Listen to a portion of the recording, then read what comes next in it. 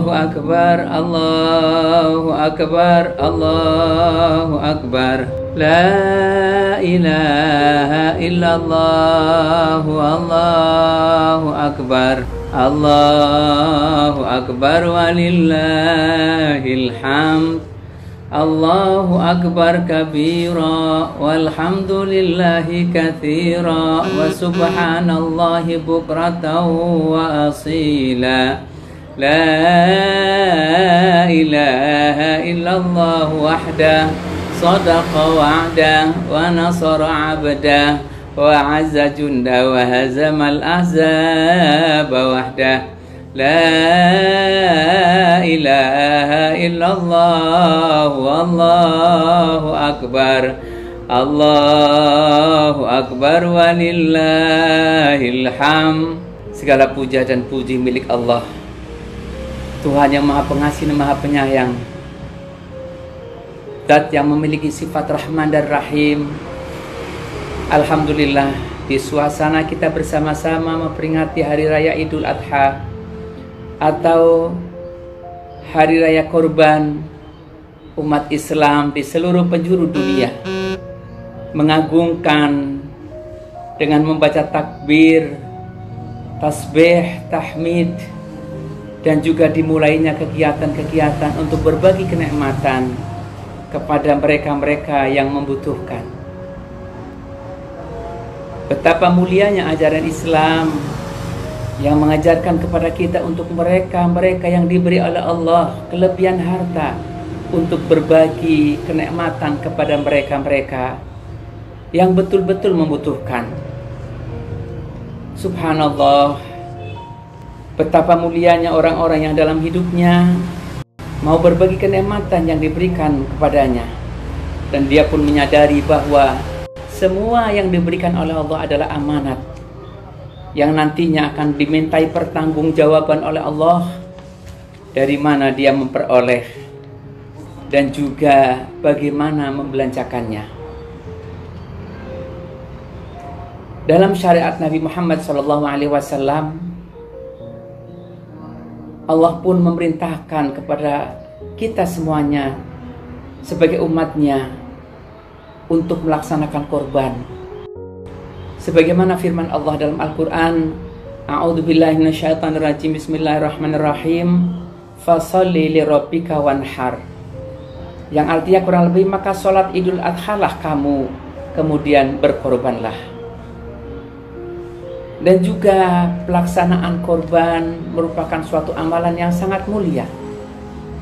Nabi kita Muhammad SAW menyampaikan dalam sabdanya yang diriwayatkan oleh Siti Aisyah, An Aisyata radhiyallahu anha anna Rasulullah sallallahu alaihi wasallam qala ma amila ibnu adama yauman nahr amalan ahabba ilallahi min hiraqatin dam wa innahu la ta'ti yaumal qiyamati bi qaruniha wa idla fiha wa ash'ariha wa inna dama la yaqa'u minallahi bimakanin qabla ay yaqa'a 'alal ardi fatibu biha nafsan, yang artinya kurang lebih Siti Aisyah meriwayatkan bahwa Nabi Muhammad SAW bersabda, apa yang dikerjakan oleh anak cucu Adam pada hari Nahr sebagai amalan yang dicintai oleh Allah adalah menumpahkan darah atau menyembelih korban.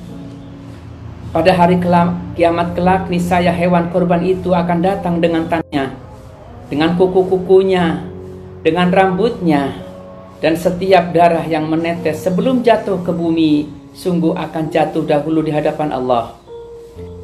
Maka bersihkanlah jiwa kalian dengan berkorban.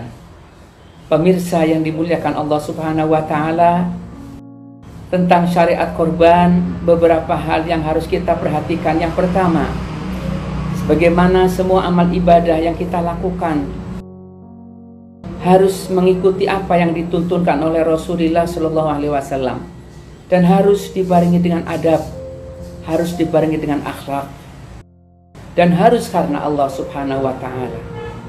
Termasuk ibadah kurban, ada yang diterima oleh Allah, ada yang tidak diterima oleh Allah. Dan hanya kurbannya orang-orang yang bertakwa yang diterima oleh Allah.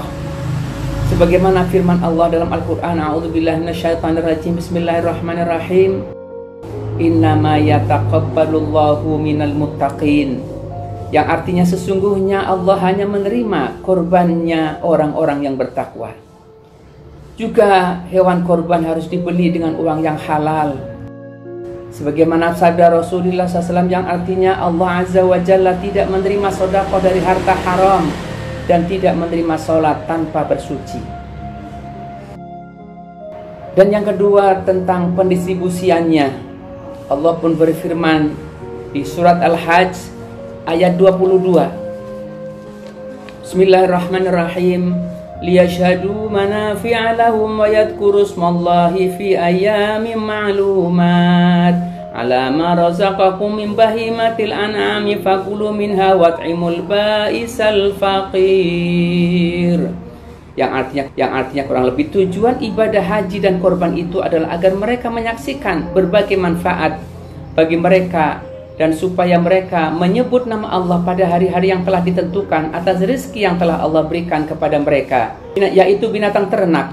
Maka makanlah sebagian lainnya untuk dimakan orang-orang yang tidak punya apa-apa dan juga orang-orang yang fakir.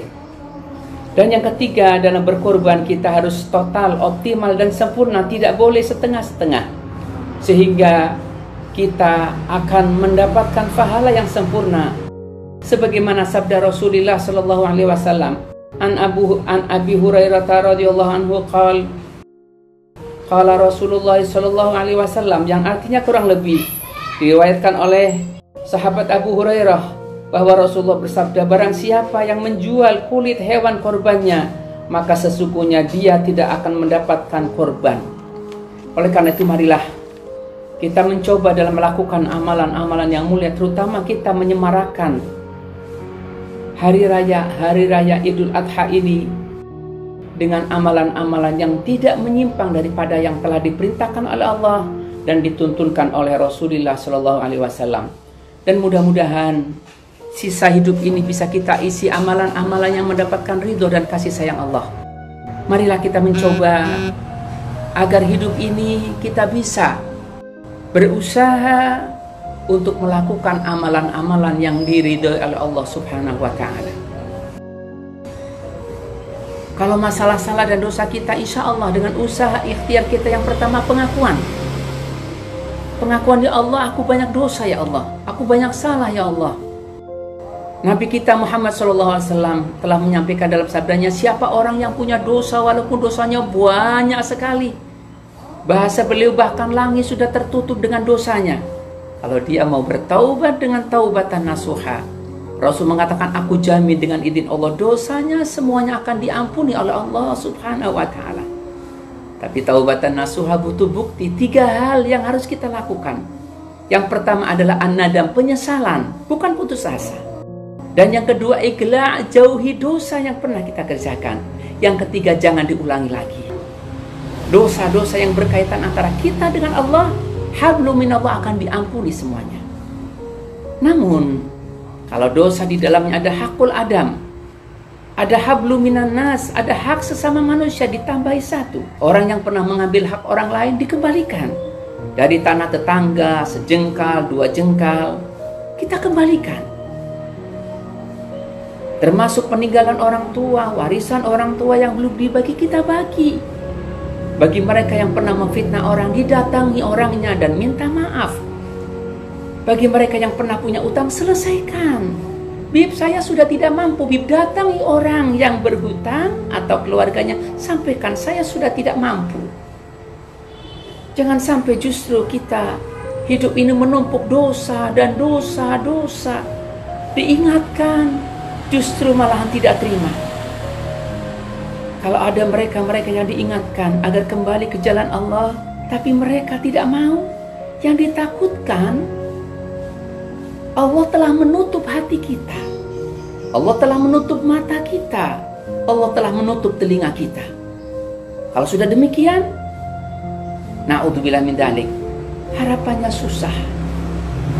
Sebagaimana firman Allah dalam Al-Quran, Bismillahirrahmanirrahim, khatamallahu ala qulubihim wa ala sam'ihim wa 'ala absarihim ghishawatu wa lahum 'adzabun 'adzim. Orang-orang yang hatinya sudah ditutup oleh Allah, telinganya sudah ditutup oleh Allah, matanya telah ditutup oleh Allah, maka disampaikan kebenaran, ajakan untuk bertobat pun mereka tambah jauh, mereka tidak mau. Salah satu penyebabnya orang-orang yang hatinya sudah ditutup oleh Allah itu adalah mereka-mereka yang dalam mengkonsumsi makanan didapat dengan uang yang haram dan juga dibelikan dengan makanan yang haram.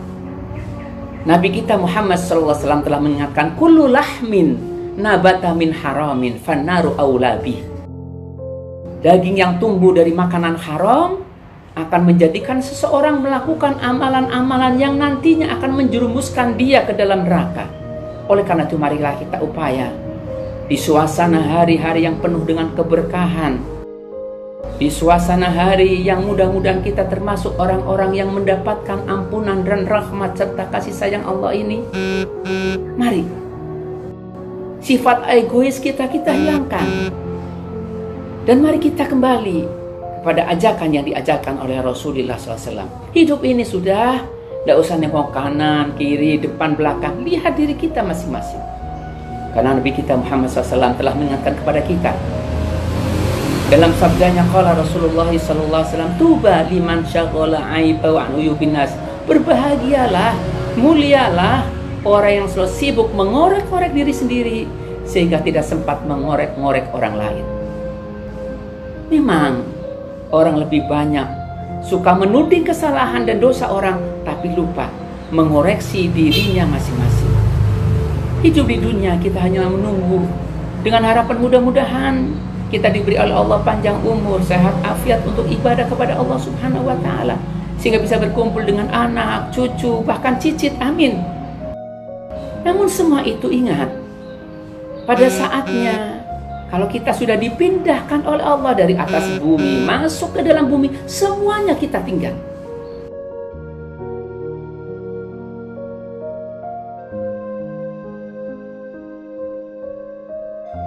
Kaya, tidak kaya, sama akan dibawanya dengan keranda jenazah. Saat kita dipindahkan masuk ke dalam liang kubur, tidak satu pun yang mau menemani kita. Amal ibadah kita yang akan menyertai kita. Oleh karena itu marilah kita selesaikan. Jauhkan sifat egois, sifat merasa benar sendiri, sifat merasa kaya. Apa tujuannya? Agar nanti saat kita kembali ke hadirat Allah, disambut oleh Allah dengan penuh rahmat dan kasih sayangnya. Na'udzubillah min dzalik. Kalau orang-orang yang sudah diingatkan untuk bertobat, untuk menjadi orang baik, tapi dia tidak mau, justru nanti saat datangnya malaikat Israel, dia pun akan meminta, ya Allah, undurkan saya waktu walaupun sejenak, saya akan bertobat. Tapi sudah tidak mungkin. Oleh karena itu marilah kita mencoba untuk saling menghormati, untuk saling memaafkan, dan usahalah agar kita bisa berteman dengan orang-orang yang baik. Nabi kita Muhammad SAW telah mengatakan, yuhsyarul mar'u ma'aman ahabba. Orang nanti di alam mahsyar, di hari kiamat akan dikumpulkan dengan siapa yang waktu di dunia dia temani. Kalau di dunia suka kumpul dengan orang-orang saleh, dengan orang-orang baik, dengan para ulama, maka nanti pun akan dikumpulkan di hari kiamat dengan para ulama, dengan para orang-orang saleh. Tapi na'udzubillah min dzalik, kalau sampai akhir hayat kita suka kumpul dengan orang-orang yang jahat, nanti pun akan dikumpulkan dengan orang-orang yang jahat. Dengan hidayah, taufik, dan kasih sayang Allah, mudah-mudahan Allah memberikan taufik hidayah kepada kita semuanya, sehingga kita akan termasuk orang-orang yang dibanggakan oleh diri kita, suami istri kita, dan anak-anak kita, serta orang-orang yang kenal sama kita. Dan mudah-mudahan di dunia selalu mendapatkan bimbingan ridho dan kasih sayang Allah, saat meninggal dunia mendapatkan rahmat dan kasih sayang Allah, nanti pun di hari kiamat akan dibangkitkan dari kuburan. Saat dikumpulkan di alam mahsyar, ada panggilan khusus, salamun qaulan mir rabbir rahim, salamun qaulan mir rabbir rahim, salamun qaulan mir rabbir rahim. Dengan panggilan itu, maka kita pun akan termasuk orang yang untung. Mudah-mudahan Allah mengampuni segala salah dan dosa kita semuanya. Dosa suami istri dan anak-anak kita, dosa keluarga kita, dosa kedua orang tua kita, dosa kaum muslimin dan muslimat. Dan mudah-mudahan di dunia selamat bahagia, dan juga di akhirat selamat bahagia. Dan endingnya nanti kita dengan rahmat dan kasih sayang Allah akan berkumpul bersama di surga Allah bersama Rasulullah Shallallahu Alaihi Wasallam.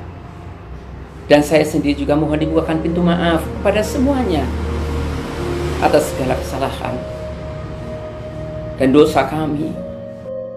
Dan mari kita berdoa bersama, mudah-mudahan kita semuanya, keluarga kita, anak cucu kita, orang tua kita, kaum muslimin dan muslimat, mendapatkan ridho dan ampunan serta kasih sayang Allah. Mungkin hanya itu yang dapat kami sampaikan pada kesempatan yang baik. Permohonan maaf, barangkali mungkin ada hal yang kurang berkenan. Kalau yang baik adalah dari Allah, sesuatu yang salah itu karena kebodohan saya sendiri. Adza wal afu minkum wallahul muwaffiq ila aqwamit thoriq. Ihdinas siratal mustaqim. Wassalamualaikum warahmatullahi wabarakatuh.